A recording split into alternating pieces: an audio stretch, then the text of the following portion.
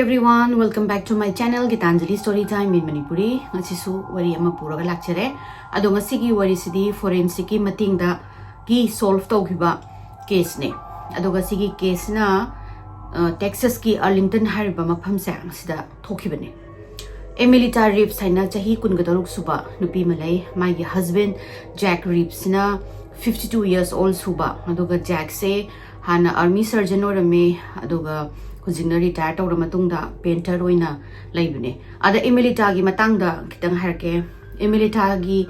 masi Philippine dai ne asengmadi. Aduga moigi imungsi amna lairaba. Aduga moigi ziki Philippine gi su khwaidagi lairaba jagada ma moisi lai moigi family taramathoi ne. Aduga 2 room gi kano da bedroom amada hari ka man 2 bedroom khak oiba yum amada moisi lairaga mapasna yam wana haitare ni $2 a week. $2 hai say 180 rupees adu gumbo irangani matam duda moigi thaina gi matam sida adada Emilita sina chahi trying pan surawa my high school warakpa gi sida masi college ta tamninge na mama pas da haibas da mama pas na Emilita is convinced story hadi she was the gateway of their property na moina laiba poverty se sidagi nang thok na ba pambay ama oina moigi parents no ubire mase Emilita se masak am phajai ko moigi dogi community gi da mase beauty queen kaina ga mayam haina ba masak am phajaba nupi ma oi adai sida moi huziki Philippines da cherry blossom haina magazine ma thoi asi je moina subscribe tawraga sida mail order bride haina hali nupi na magi photo nu kai hapani kholani aduga anamana America da oina subscribe tawi sigi ba kano se magazine se sida American gi nupa sing natragan angauba moi myam singina magazine sida gi nupi se apamba khalakanda Philippine da pairaga imung manung je unara kholakanda dumaina tawbagi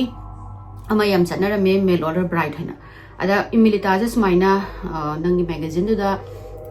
yauraga hapasi aduga ina khunba angauba American ama luhungaga Mahidi Mangondagi Nupasdagida Paisa Lauraga Kolaga Kogi Lairaba Yam Analysis, sees a Karada Zupaniana, do my Mama Bana convinced Odagi Mana Ziki Cherry Blossom Hariba magazine set Sida Hapani Aduga my Potonus Hapakanda Kano the Pigrani had a subscription gi Pigrani. Jack Rip says Sigi Matamsida Nupi Ma Nupi my Nupi Oinaba and Kanatiri Aduga Mana Sigi magazine says subscribe Toraga kano sida magazine sing sida nupi sing ji yeng basida mas Emilita se thengnare badagi mas Emilita se am pamjarure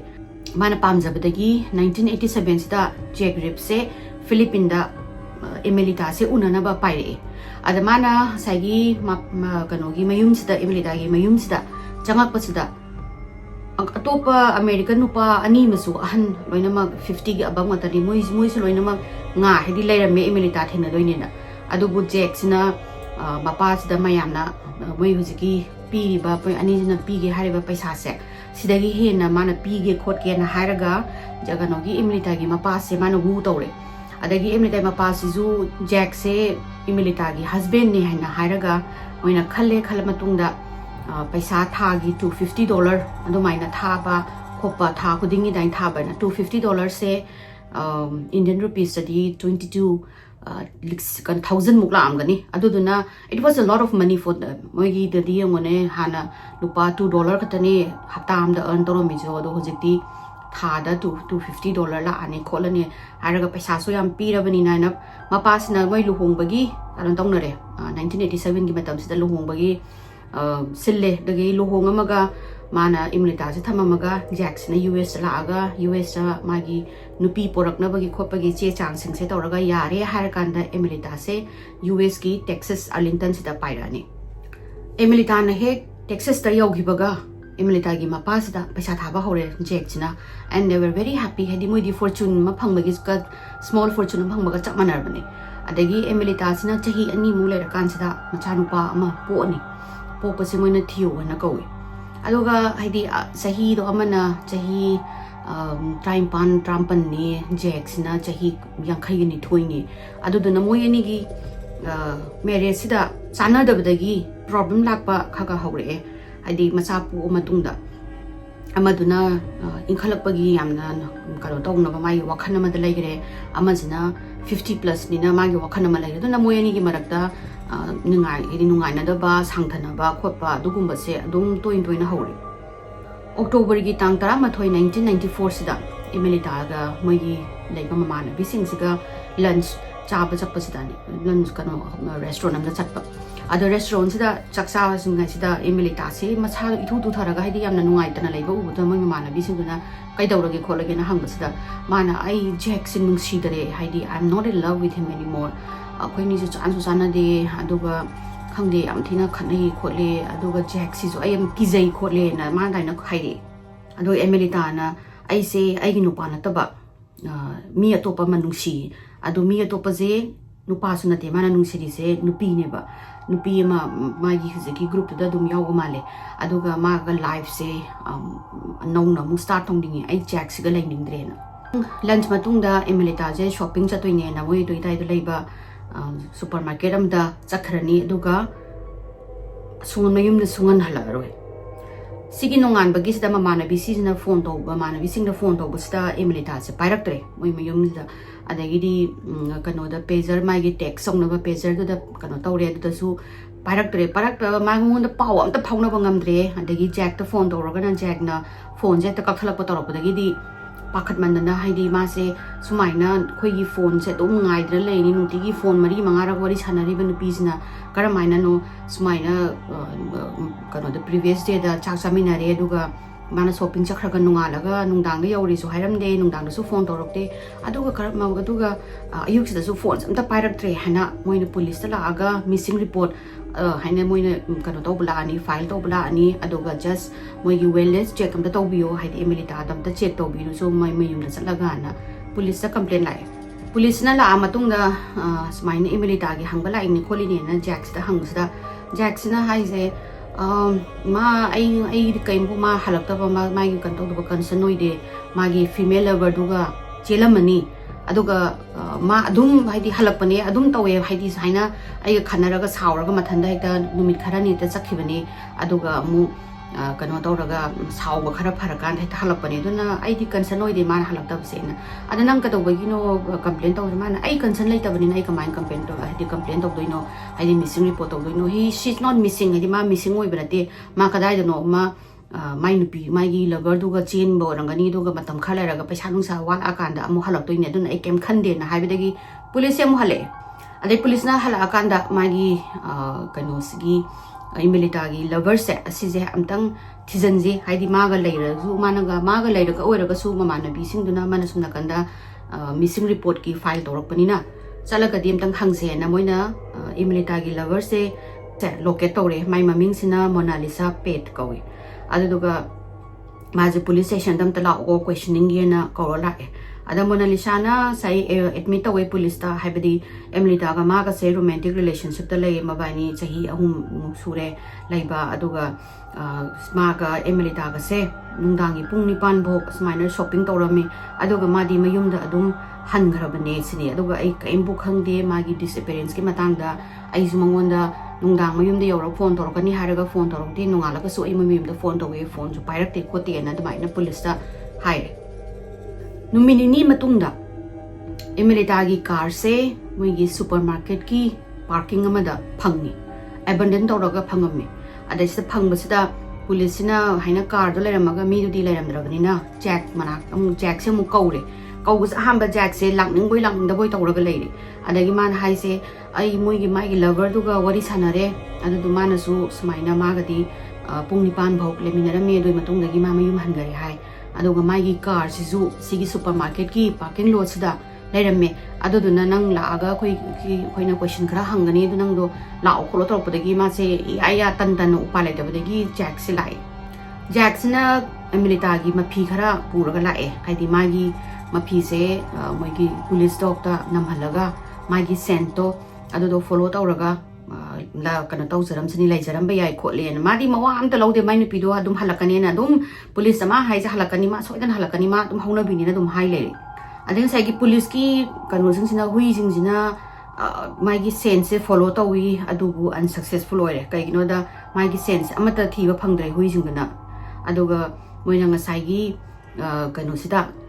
investigation sida mateng pangna bani hana Jack na paisa gaji mayam da offer to duni ko haidi 25,000 US dollar Indian rupees na 21 lakhs mo rangani asigi kano to buse man paisa je magi nupi gi matang da khangba laiba khangbaduna police na kayumba phangba mangon da khangi sida lai kholen haiba mi da paisa pi doi ne na mana lokthoi lokthog su kan ambung na khangda bagi tips nung khara ma masak manaba khara lak bagi duni hairamaga police na mu check tawraga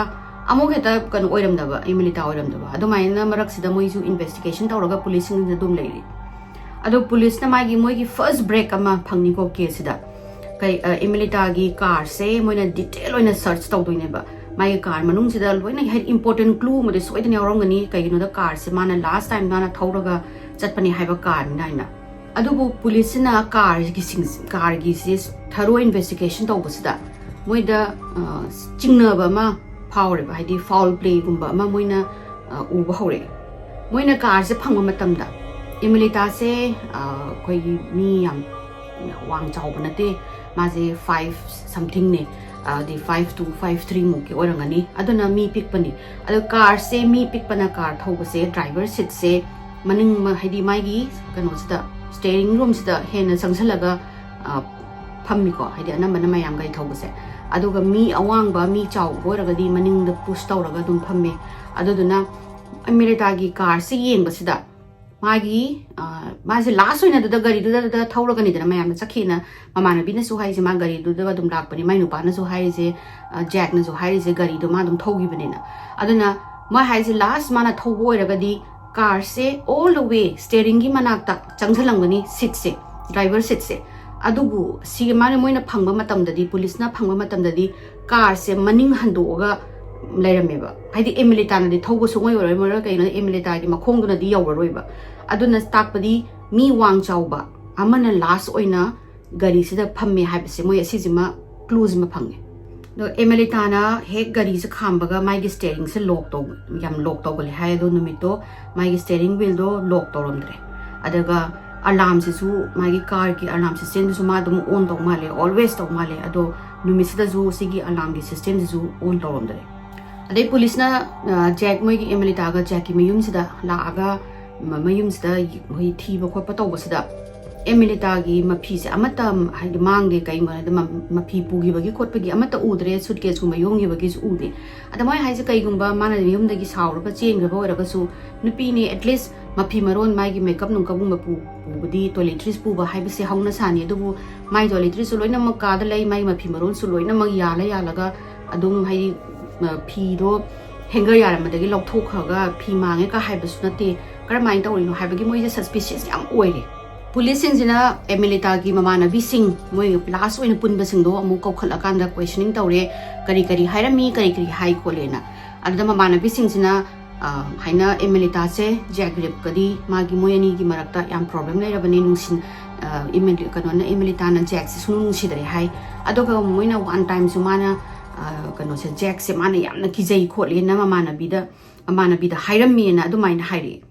mamana bi da so hairami je emilita sina divorce out se na haiba matamda Jack sina yadraga moi ani se huge fight ama tawi aduga Jack sina sono su bai sang se my previous marriage ko maje an moi se maje agum luhungre hai matam mamangda ada macha nupa laiba sani masa nupa duga emilita ga intimate oil kholo na hai male aduda emilita na sauraga ngang basida Jack na makhuri pai habra makhuri paraga phalang da nammi khotli duga ingoga adu khoi ni thina khanai na mamana bi na man tamami nong mamana bi hairami khotli na haibadagi police jina mo Jack ki manak sida mo lai mayum sida mo questioning toba police na la akan sida di haidi emilita gi car su retrieve to law of police ki headquarter da aduga nangi further questioning kha tawge khot ke na lak pasida lairam dare Jack se Jack sidi already my hojiki town macha moi gi town je thado ga chatlaga emilita ga mabaini gi macha nupa theo je puraga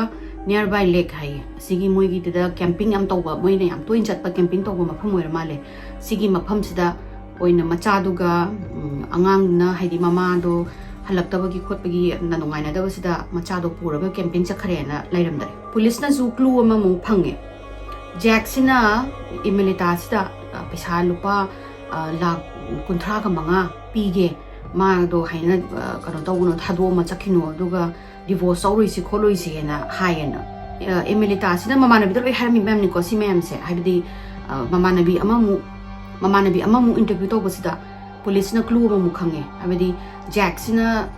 Emilita sida 35 lakhs pige nang ai thado chakino aduga divorce sauroi si na hayena ada Emilita na yada basida Jack na phui hai aduga ma kan Emilita gi machin mangna haibida in fact magi nupi atopa my wife singdo adusu mana heart panina hairamena adumaina hairaba Jack rip se mamangda ahumlak hongure aduga magi second ga third ki wife se CCD de maidi moizi mysterious circumstance ki makhada si ki mo ani se aduga Jack na ahamba magi nupi luhong base nupi sina sahi traunga surapa ahamba nupi se sahi traunga suba sai da luhonga moeni je nusina ramni luhonga la kanda hojiki ahamba gi nupi ji gi mama se asina haidi nupi je hamna angang oiri sahi traunga suda ngairi aduduna luhong base anul to ba habadi luhong base luhong banatte haina mu we register to ko podo adudo luhong do mu thugai bai tare ne anul to bai tare moigi kano da law da lehendaba lagi 1961 da Jack sina mai second wife Sharon ko wa mamulu hongani adu moi ani sina macha nupa ani poi ada Jack se South Korea da matam da US ki army gi serve tawraga leiba sida Sharon sina for some reason mana divorce file tawbasani file tawraga Jack the pau se Korea da Jack the pau la padagi Jack sina immediately ma mayumda paira aga habidi mai marriage sem da di kange kari gino mana sumaina aina Korea da self touring aida haina divorce ki kano che lai se kholi sen mana lakpa numinini humni su basida Sharon se mathanda mai gi kano sida heart da nongmaina kapsaraga mai gi chest da nongmaina kapsaraga sizare haina police da paulai matamdu da Sharon gi magi kano se si base mai gi death se moina mathanda sizabani haina police na rule tawraga mathanda sizarabani na autopsy gumba kari kra amata tawgidre haibidi dum mado saina depression na bane khotpane degi machani duga leibane duga Jack na smaina Korea da leigibadogi majina file tawbana haina divorce file tawbada khopane do hala aga wari sanara kanda di ma mathanda ai hingdingdre khotre haraga sizabani na haibidi na matamdu da investigation tawdre kaigino da kano tu Jack tu US ki army surgeon oraga leibani na moina su makha tan tok da bida o mathanda sizaba malen harak to e aduga Sharon gi sira matung da su Jack se adum kano da chakramale Korea da mu chakramale aduga mana Korea da leri matam sida magi ahum suba nupi se ma ahum suba bi je miyong hoi chong ko ba ama amulu hongani huziki nupi ahum suba se luhonga kanda moise US hala kanda sahi taruki matungda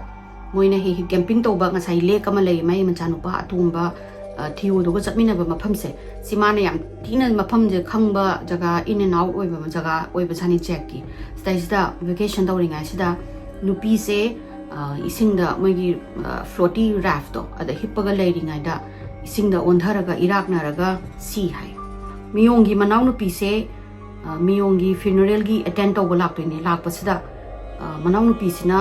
machi gi sida khoi gi bruises ko ESC bakaba mai makutta ESC bakaba urani adagi khoi scratch satare ne khotna ba khopagi haidi man bagumba am scar gum am phangba sida mai gi sagi manau nupi sina believe tawri je Jack na soina hat porangani aduga mana adu hairaka su Jack sina hai je ma do ID nga gi machinjak law chalubani adada nga machinjak law ramaning handurapada miyong do leramdre na yengbada ma do ising de irak na raga tawkhalapani hana hairaga autopsy zo amata tawdana Jack sina miyong di mari Asian ni duduna ma se cremate tawana mai tharo hana hairaga phumdabida mai thadoga mai gi kano se miyong gi case solution gi doini si wari je mem je tarakpadagi hadi Jack ki background thigalakan hadi thijalakan khangai ni sigi matang se tabadagi police na miyong gi sister se sida contact tawraga mangonda hai se na sumaina nang kai kai khali nang ina si gi si bagi khot pi har kan sida ai di always jack to na hat and adum suspect away ai khangi kholi na adumai na hai the police na nang na karmana am thina sure oi no hai di jack na hat le hai se kholi jen tor kan da ma na hai je jack ki makhut sida khojin asang mana khot pagi maram ui ma hai se adu duga ma na hangba matam da ma kan ba sen ba da sai miyong kan ba chen ba da adai da leram ba scrap sing na yan ban hai di khot pani khut tan hai bisda ma hai ma khut ta khot pagi kano se sugum ba khoi tingang gum ba na tragan na uchet wa chet na khot pa na te khujin asang bam na khot khi bai ne do khujin asang ba se jack su khujin sang ba na te kana no khujin sang ni se mai gi machi miyong adana miyong ga moi ani je struggle tong na ba mali ma na miyong do hat ba mali do na miyong na mai gi struggle do da mai gi fight of survival do da jack ki ma khut ta khot ba mali khot ye na da na hai re sigi wari se khamak padagi amuk detective sina jack kanu se amuk phone tawraga kaure hadi na ma halak le rame halak pasida ja kanu se jack se lai laaga wari sum sana basida haina imelita gi matang da nang khangbra ko ta wasman ai khang ni khote ai ma angang do puraga sumaina camping mafam da chalui ni kholi ne tawre ada ngasagi detective sina kaino ma sina kaino ma haijan doi ni ko ai kaisuju oidaba puam haijan doi ne ba mana sum jack wari sanari gan sida smana husi khambra latest technology ma thobne husi ti dna testing gi advance oire adodana sigi testing sida kamain tawi khambra ta usida jack sina haidi kari no haise advancement je tawkanda mi oi bagi magi body cell sing je ma je si baga body cell ju khudak ta dum si aduga dna sigi si ba sigi body cell da yauri ba si se haidi mana si ri ba jaga do adoda magi skin cells sing je loina mak taraga carpet da embed tawraga lei ado sigi lei giba cells se asi je vacuum tawrasu dagi shampoo tawrasu wai tai tho agasu sung chat loi the only thing na sigi nang kamaina sigi dna se haina body cell haina embed ta hori ba haina nappaga le hori ba body cells je kara maina lokthokani khangra only nang na carpet to loktho ba silla kanda no ba carpet thara kanda adudada kano tawdoine you can get rid of it natragadi yade hai aduna sigi to haidi technology anobam la e kain haijali ne kaisuna adugum balai pote ba do mana jack se lang thaklai ne ba detectives na ma kai doge yenge na ada haibasida jack se yamna haidi hopeful oine ler madegi mamai se haipetang ma je khain ngan doge maksan gi ada sagi detectives kisna o phare nang adudi smaina mathang he paw la akanda mu wari sanara se khola se haraga jack da question khara hangjalaga thadora sagi detective sina magi police ani undercover tharaga moi da ma wat mai mayum de yenga layo kholon ada moi police sing jina yenga lai ringai sida jack sina hobi mayum sidagi carpet se koi sagairaga roll tawraga magi siki dustbin jano sida hapchan hek mana hangi bagani ko hapchalga tawbase moina ure photo su name aduga mana anova carpet amma se asai sille sinbasida ngasai gi detective to dadi pura madi convince oire haide o mana kadoma aran ba soidra ma kanom le tawre he knows where emelita is adubu mangonda hangure mana ai kem khangde khote na khum lai rabani na aduga concrete proof su lai dabanina moina ek phaba su yadaba ada moi sina khalaga lai res maina jack se kara maina lang muthang mu kari tharaga ma se kara maina emerita je kadai de lai je hayen je gena detective sina khale sigi jack kanu se emerita gi disappearance ke matang da khangninge mai gi case se khange haraga di ma gi hana previous nu mai gi nupi ani si gi base si je amuk nongna khoina mu thijin humjan ba tawra matung da jack ki motive se khangne na ha base moi yanare jack ki nupi miyong se mana Iraq nari se 10 feet tang luba ising dani ko mo yu lake Whitney hai adu zo ising da raft gi ondharaga ising da tabni hai ada moina khai je accident gi matam khai di accident gi the time of the accident ko local gi warden na report tawri se miyong gi raft di undamaged oi aduga full air supply zu yawrami hujiki moi floaty sida ada mana khali jam thina strange oi hai di adult amana smaina ondharaga siba hai se aduma kamaina kakhat pangam re no ma ji iroi bazu hairi ni aduga 10 feet khata jun ni lu ba ising ni ado 10 feet hai se ma thek ta baga ma iroi raga lake to gi khitang ma kano to athen ba jaga rom da iroi ba yai natraga na ma raft da mu kakhalaga mu haidi raft da yaalaga mi help lakri phokpa ma kai iroi bangam draga su leibam di thui kamaina raft to da ka imbok su problem nei taba raft da on tharaga iroi ba heben nupi tuna 10 feet da si ba haise asi yam chingna ningai oi hana su sai gi kano sigi lakes da moina jiki camping da lariba warden hai tare ne moi gi police ko malai ba guard ko malai do aduna moina questioning amu nong na hanga kan sida haira kan sida khumai ni adugu miyong siba matam da di criminal investigation zom ta hogdre autopsy zom ta hogdre aduga mai gi body du zu jikti mai thado khramina upai am ta leitre haidi karamaina mai gi siba se kamaina siba no haibagi autopsy tawbagi kano sun ta leitre possibility su leitre Jack ki second wife Sharon se mana siba se mathanda phabung da phamaga nongmai sina mathaba ka thamaga kapsaraga siba ne hana adumaina wari se adumaina case se leirame sai mathanda sijayena hairabanina kaimbo investigation jo tawdramina hujiki mana siramiba Sharon na siramiba mafam jigi only one photograph amai tang khangnami ko magi I nung karai da tak tai ba khotpa magi body duna siraga taramba dogi photo ma khak yaw leirame yaw basida moi detective singina lauthoga moi police singina nainara kanda moina haire phare adu this is a internationally renowned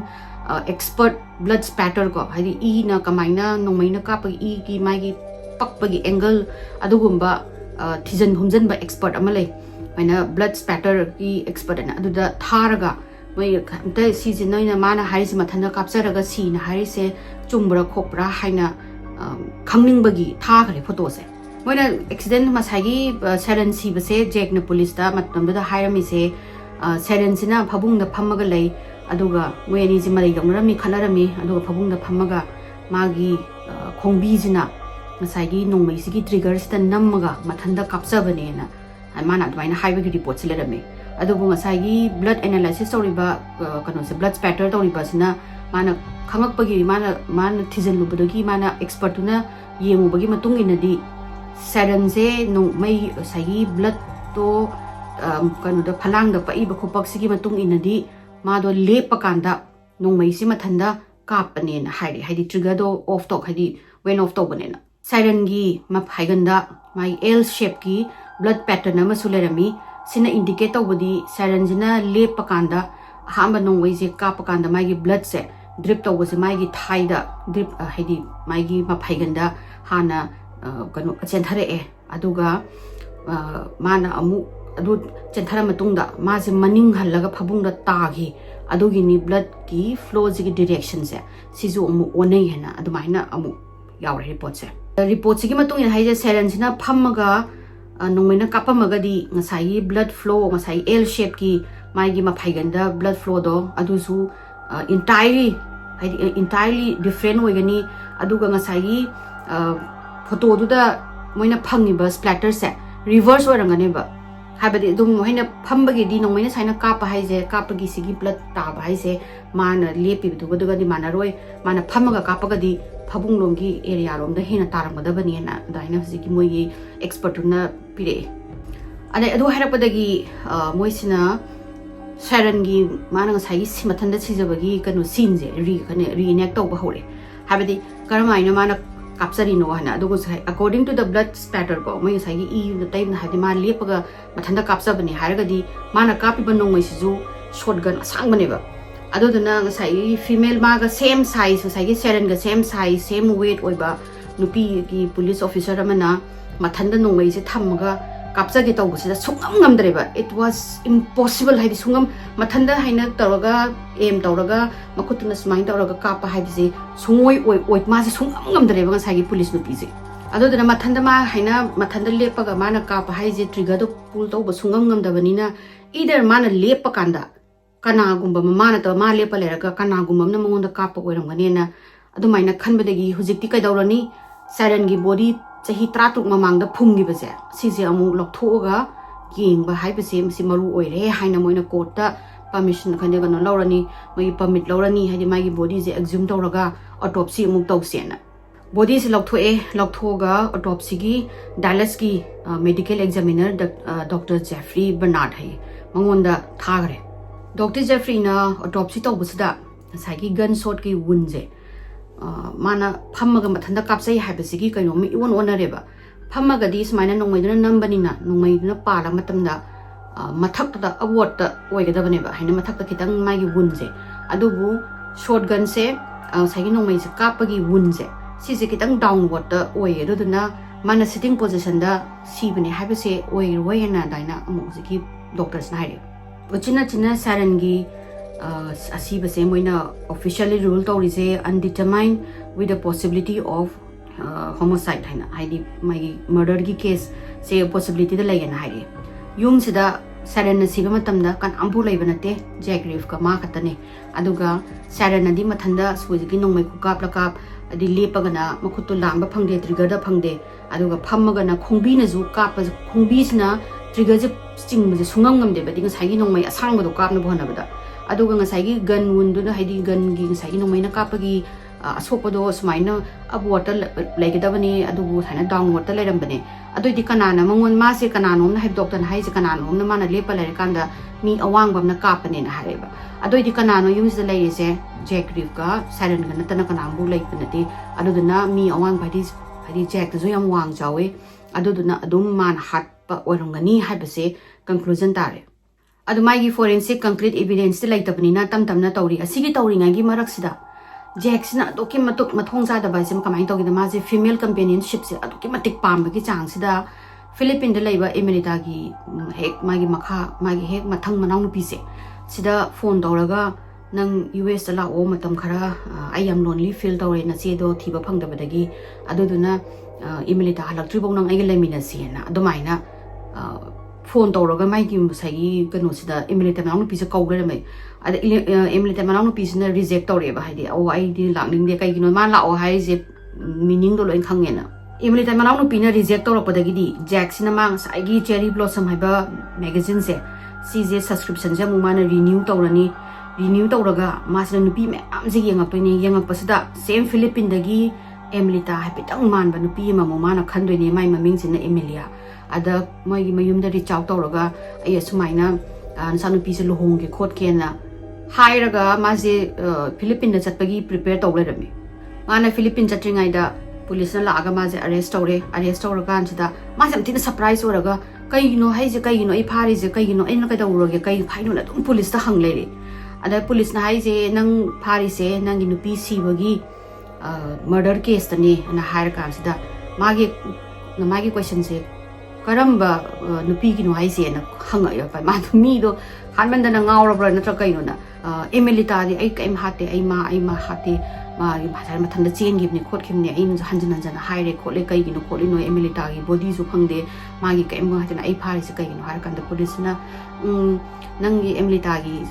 ma si bagi hatpan phaba na te nangi second wife Sharon do adudu nangna hatpagi phaba ni har kan da he was very surprised ma de pura ta ngakhare bai di kai no hai si bona Jack se police na arrest tawse Emelita na tha manga mangra kan da ni ko aduga mana repeatedly my arrest tawbasda hai je aina hatpanate na adum hai lere adu isu police na hai je we have enough evidence kanogi siren gi matang da ina aduga sai gi siren case ki trial tawgu matam sida moi anamba case se kai da base oge havisda blood spatter gi kano sina experts na haiba amasung sai gi police ki nupi duna reconstruction tawbado adi karamaina siren na mathana no mai kapsai no haibadogi aduda smaina mana mathanda kapsaba haibase sungoi oiroi ai smaina khongbi na ju hip ai se phammaga nongmai je thammaga khongbi jina trigger je chinggi tawbasita sungam ngamde it was impossible adagi lepaga mu ithanda kapsabadu su nongmai je sangbari na khutina haidi mai gi height sung weight gi matungina makutuna trigger do yamna sungyau de chingba sungam ngamde haibase asigi evidence gi de ba moina case tawrise adoga sigi action je ju court ta nupi du na reenact tawra matungda jury singjina haidi ngai autopsy report ne adagi blood spatter report ne adagi ngai police nupi du na reenact tawba adugi video singdo adoga amasung live sung yeng matungda Jack se 35 years prison da laiba haina dumaina kanona judge na matam kano pire mai gi sa kano chairak pire Emelita sidi kadai da laibano haibidogi sukhang khang da lairamni ko mana so ai kaim khang de na dum khom lairamina adubu Emelita na manghiba sahi ama sura kansida saji kano sadan ba haitamni hunter ani mana ojigi lake Whitney gi dai gi lake to khidang kakhala kan da ching lei uwa yam hoba ba ꯑꯗꯩꯁꯤꯗ ꯃꯣꯏꯅ hunting ꯇꯧꯕꯒꯤ ꯆꯠꯄꯁꯤꯗ ꯃꯣꯏꯅ ꯄꯨꯔꯛꯄ ꯍꯨꯏꯁꯤꯅ ꯄꯥꯕꯅ ꯀꯩꯅꯣꯗ ꯀꯥꯆꯤꯟ ꯀꯩꯅꯣꯁꯤꯒꯤ ꯃꯐꯝ ꯑꯃꯗ ꯆꯦꯟꯖꯪꯔꯒ ꯈꯣꯠꯂꯒ ꯈꯣꯡꯉꯒ ꯂꯩꯕꯖꯥꯠꯅꯤ ꯑꯗꯩ ꯉꯁꯥꯏꯒꯤ ꯍꯟꯇꯔ ꯑꯅꯤꯁꯤꯅ ꯆꯪꯁꯤꯜꯂ ꯌꯦꯡꯉꯀꯥꯟꯁꯤꯗ ꯁꯦꯂꯣ ꯒ꯭ꯔꯦꯞ ꯑꯃ ꯂꯩꯔꯝꯃꯦ ꯑꯗꯨꯒ ꯃꯣꯏꯅ ꯎꯕꯁꯦ ꯑꯍꯥꯟꯕ ꯃꯀꯣꯛꯀꯤ ꯁꯔꯨꯁꯦ ꯁꯤꯁꯦ ꯍꯥꯟꯅ ꯎꯏꯌꯦ ꯎꯔꯒ ꯃꯣꯏꯅ ꯈꯣꯠꯇꯣꯛꯑ ꯌꯦꯡꯉꯀꯥꯟꯗꯗꯤ skeleton ama lerame shallow grave sida adi skeleton je kano tawdagi ubadagi moi police kauraga police na sagi saru je laukhatla kanda smagi sigi DNA test tawdoine DNA testing tawbagi sida sai kari mukti magi flesh nung kari krakta amata phangramni ko saru polang olabane adaida magi dental record haidi Emelita gi dental record ka magi maya siga match tawna halani aduga Emelita gi mapa gi bone density de gi lok DNA lok thoga sai Emelita gi saru do lai ba DNA se si combine tawra yenga kandadi Emelita gi saru polang oi lerame doctors na yenga matam da su haidi kanu Emelita se karamaina halino haibadi khangdre moina is kanu su leramde bone trauma su leramde bullet hole su leramde knife wound su leramde aduga maigi thyroid ki bone sing se asizu agi makhori melaga ti aga sibra haibda zu tawbagi adugi kanu se amata yauromdre thyroid ki saru se amata yauromdre aduduna moina haise strangulation gumba da anambana sigi kanu se thyroid ki bone se tekali but we are not sure haidi yauromdrabani na haidi ti akhraga mathanda mangrabra natraga hui gumba sanga singna chagraba khangdre na adubu doctors na yamna important oiba discovery ma phangani ko sai Emelita na phangiba area se asi je leibak tani phangba adubu Emelita gi magi lung manungda koi kano tiny cells ko organism called diatom hai diatom ko ba organism macha adu yauraga leirami diatom je anambana ising da yam legali aduga doctor na hai se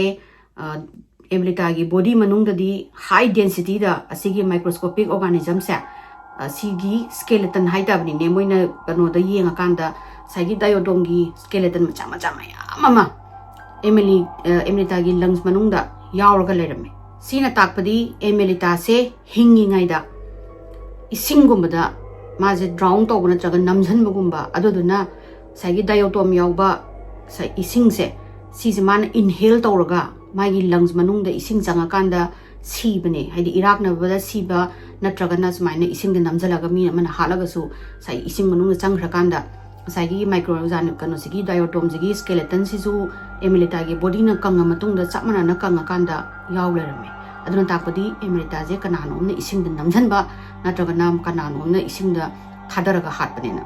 hujikti Emelita se murder tawbani haibase khange aduna mai case se homicide haina saina murder tawraga hatpane khotpane na tawre adagi saigi kanu se khangnaba haidi maigi Emelita gi matangda karai da si mafam da yaura ino na khangnaba honabada police na kanu gi saigi machanupa Emelita machanupa kanu se Theo se si se puraga Whitney gi camping Simon he camping tawba mafam leki mafam do ada puraga lakpasida Theo sina police da harai se achauba hole ma leibani adudo yeng ko noi tu sangani khotgani asije asidaiduga mama phumba adugi area romdani ko mana makusi thilaga haise asida achauba hole leibani sidaida kaino ma leibani akoigi babana akoigi mama do sumaina hurt tawi khole duga mama do sigi kadu manung sa hole manung sa tummen haibani na adumaina Theo sina khumi aduna takpadi mama do phumba matamda Theo do no ui duga Theo was present angang ayune angang machanu pa do gi mamang da mama do mana halaga ajiki kanu mungpham do mana phum da su sanu pa do lei kaina ga kai matok ta binati mana do dum phum machan Emelita se adegi music jack se amu new trial amu as lepe mana lepi basina Emelita gi murder case lepe aduga masu amu Emelita gi murder da convict tawrani jack se khoi gi divorce haiba wa se hataba ya deba divorce hai je ga tabaga mang khali se e do di moi siba taba ai divorce sauragadi ai divorce sauragadi moi loina hasibane na hairaga mana nupi hamba second wife to su divorce sauze haibagi hatpa oilerame adagi second jisu divorce sauze ma do nupa do pamaktre na haibagi second miong do su mana hatpane third to su sigi Emelita su mana divorce sauze hairubadagi ni mana hatoise Jack se hujik 99 years sentence taurego magi pulap hatpagi ado madi hojik chahi yankhai ga kanu surabani yankhai taruk taret mu suramani aduduna magi parole se karam kan eligible oi haibase mana chahi chama ga taruk surakanda if he is still alive aduna tapodi mam pusi super jail la leraga adum sirani ado sigi case se forensic ki ngasai gi diatom adagi sarin gi matang da blood spatter aduga si mayam sina punjala kanda case mi ama hatpagi case da sta phana dagi khangudraba case yengone nupi ama do magi nupi second wife to hatpadu su loina ma khangma ngame aduna namba sigi case se police na amasung mayam moi mayam gi local singduna forensic ta oina dedicate ta oina hai adi mayam agi wari se side lotion jarage ado wari se new year lorakanda mu hapjarage ado mayam new year lorakanda chahi anauba se la matungda wari anauba mu puraga lakjarage